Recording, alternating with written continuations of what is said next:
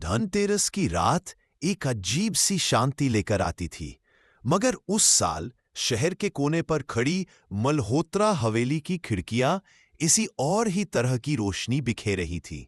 विक्रम, जो शहर में नया आया हुआ सुनार था और जो अपनी किस्मत खुद बनाने की चाह में हर किस्से का पीछा करता था, उसने सोचा कि ऐसा कौन सा राज होगा जो लोगों को सुलझाने से रोकता है। इसलिए जेब में एक छोटा दीपक और टॉर्च लेकर वह हवेली के भीतर चला गया। जहां दरवाजा जैसे उसे अपनी सांसों की आहट से बुला रहा हो, कमरे में घुसते ही उसे पुरानी मिट्टी और धातु की गंध मिली। दीवारों पर सूखे फूलों और सिक्कों की परतें जमा थीं, और मंजिल पर बिखरे वो सिक्के कुछ अजीब सी तरह से चमक रहे थे, मानो पुकार रहे हों। उसने दीपक जलाया तो लौ अजीब तरह से हिलती डोलती रही, जैसे कोई नीचे से खींचकर उसे आजमाना चाह रहा हो। और उसी क्षण किसी साये ने सीढ़ियों की ओर खुद को दिखाया। लाल साड़ी में एक स्त्री, पैरों में पायल की हल्की छन छन, मगर चेहरा नकाब से ढका हुआ था। उसकी चाल में कोई मानवीय थिरकन नहीं, बल्कि एक पुरानी इच्छा की लय थी। और जब उसने पूछा कि सोना बेचते हो, उसका स्वर इतना ठंडा और धीमा था कि कानों में घंटों तक गूंजता रहा। विक्रम ने समझने की कोशिश की कि क्या यह कोई खेल है या कोई धोखा, पर जैसे ही उसने कंगन के सेट को छुआ जो उस औरत ने उसे थमाया, उसकी उंगलियां मानो बर्फ बन गईं, सांसें थमने लगीं, और कमरे की दीवारों पर छोटी छोटी तस्वीरें ऐसी चमकीं जिनमें वही नकाब पहनी औरत हर साल अलग अलग मुद्राओं में दिखाई देती थी। एक तस्वीर पर लिखा था, कुंती मल्होत्रा, मरी धनतेरस की रात 1912। और जैसे ही विक्रम ने और ध्यान से देखा, तस्वीरों की हद से परे एक दरार सी पड़ी जो हवा में सांस ले रही थी।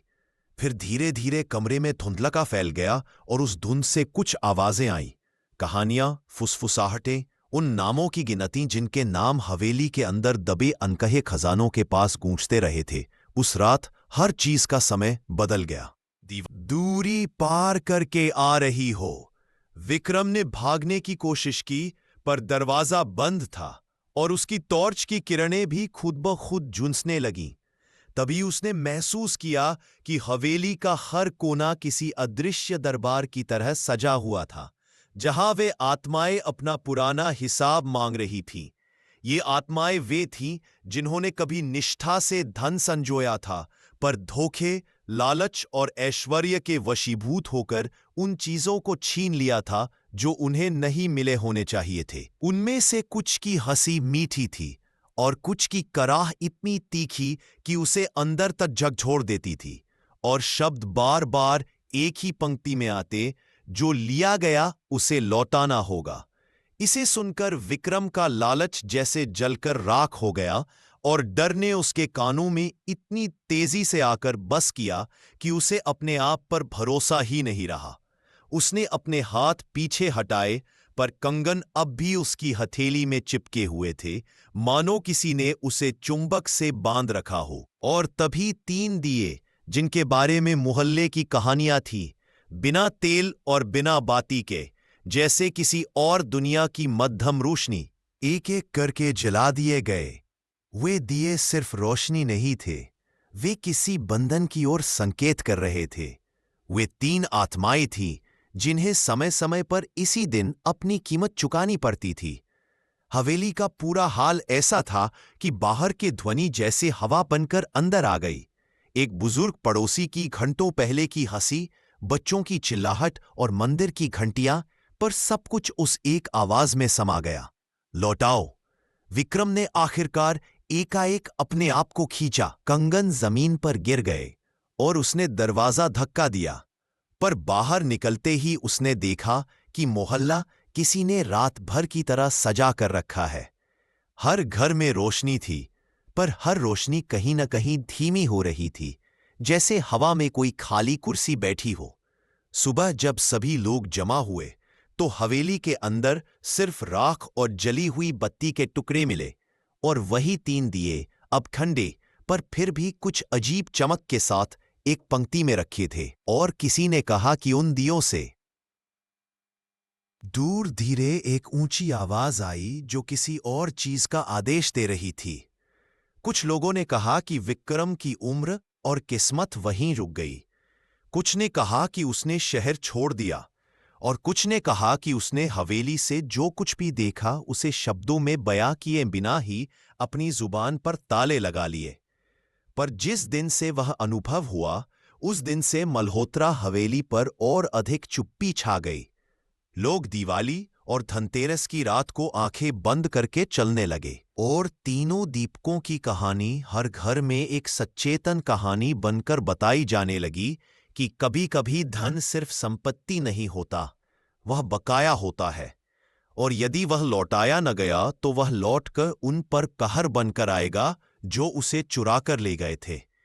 उस रात की हवा अब भी कभी-कभी हवेली के झरोखों में गुनगुनाती पाई जाती है, और जो कोई भी सुनार बनकर हवेली के पास आता है, वह पहले अपने अंदर की लालसा की जांच कर लेता है, क्योंकि वहां की दीवारों ने सैकड़ों वर्षों की लालसा और पच रख ली है, और वह जो कुछ भी वहां से ले आता है उसे उसी रात लौटाने के लिए कोई न कोई परछाई गुजरती रहती है। धनतेरस की आखिरी खरीदारी वहां एक चेतावनी बनकर रह गई है कि कुछ खजाने खोलने के लिए जितनी जिज्ञासा जरूरी है, उतनी ही विनम्रता और लौटाने की हिम्मत भी जरूरी है। धनतेरस की उस रात के बाद पूरा मोहल्ला हफ्तों तक खामोश रहा। किसी को समझ नहीं आया कि विक्रम के साथ असल में क्या हुआ। कुछ ने कहा कि वो जिंदा है पर पागल हो गया। कुछ बोले कि उसकी परछाई अब भी हवेली की खिड़कियों में घूमती दिखती है। हवेली के आसपास हवा में अब एक अजीब गंध थी, ना मिट्टी की ना धातु की, बल्कि किसी जल चुके सोने जैसी, जो ठंडी होकर भी चुभती थी।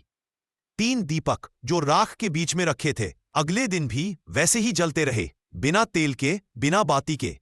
लोगों ने देखने की हिम्मत तो की, पर पास कोई नहीं गया। हर शाम जब सूरज डूबता तो उनकी लौ एक साथ डोलती, मानो किसी की सांसों के ताल पर।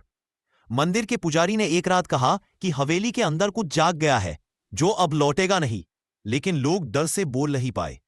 4 दिन बाद शहर के दूसरे छोर पर विक्रम की दुकान के बाहर किसी ने दरवाजे के नीचे पुराना कपड़ा देखा। उसमें वही सोने के कंगन थे जिन्हें वो रात को हवेली से लाया था। साथ में एक नोट पड़ा था जिस पर बस 2 शब्द लिखे थे, अभी अधूरा है। उस रात हवेली के अंदर किसी ने खिड़कियों से आवाजें सुनी। लगता था जैसे कोई गिनती कर रहा हो, 1, 2, 3। फिर कुछ समय बाद एक चौथी आवाज भी जुड़ गई, यानी कोई नया वहां फंस चुका था। मोहल्ले में धीरे धीरे चीजें बदलने लगी। बच्चों के खिलौने अपने आप जगह बदल लेते, और रात के वक्त पायल की आवाजें सड़कों पर घूमती। जिन घरों में सोने के गहने थे वहां दिए अपने आप बुझ जाते। लोग अब धनतेरस मनाने से डरने लगे। एक दिन दीपावली की पूर्व संध्या पर शहर के इतिहास विभाग से एक आदमी आया, प्रोफेसर शेखावत। वो हवेली की सच्चाई जानना चाहता था। उसने पुराने रिकॉर्ड्स खंगाले। उसमें लिखा था कि मल्होत्रा परिवार ने अंग्रेजों के समय में सोने की चोरी कर अपनी हवेली में छिपाया था। उसी रात जब उन्होंने चोरी का सोना अपने घर में पूजा के लिए रखा, तब उनकी छोटी बेटी कुंती ने किसी शापग्रस्त गहने को छू लिया था, और उसी रात पूरा परिवार मर गया था। उसके बाद से हर धनतेरस को वो घर अपनी अधूरी पूजा पूरी करने लौटता है। प्रोफेसर ने सोचा ये सब बस लोक कथा है। वो रात में हवेली पहुंचा, कैमरा और नोटबुक लेकर। जैसे ही उसने दरवाजा खोला, उसकी कैमरे की फ्लैश अपने आप चल पड़ी। उस एक झटके में उसने देखा दीवार पर पुराने हाथों के निशान जो सोने के पाउडर से बने लगते थे। अंदर कदम रखते ही फर्श ने जैसे सांस ली और हवा ने शब्द बनाए, 4 दीपक पूरे करो। वो भागने लगा, लेकिन उसकी टॉर्च ने अंतिम रोशनी फेंकी और हवेली के अंदर चारों दिए एक साथ जल उठे। उनकी लपटें सीधी नहीं थी, हर लौ में एक चेहरा था, विक्रम, कुंती और 2 अनजान लोग। चौथा चेहरा अधूरा था, जैसे बन रहा हो, और जैसे ही वो लौ पूरी बनी, प्रोफेसर की परछाई फर्श पर नहीं रही। सुबह फिर वही 3 दीपक हवेली के दरवाजे पर रखे थे। चौथा नहीं था, मगर जो भी वहां से गुजरा उसे अपने कंधे पर ठंडी उंगलियों का एहसास हुआ, मानो किसी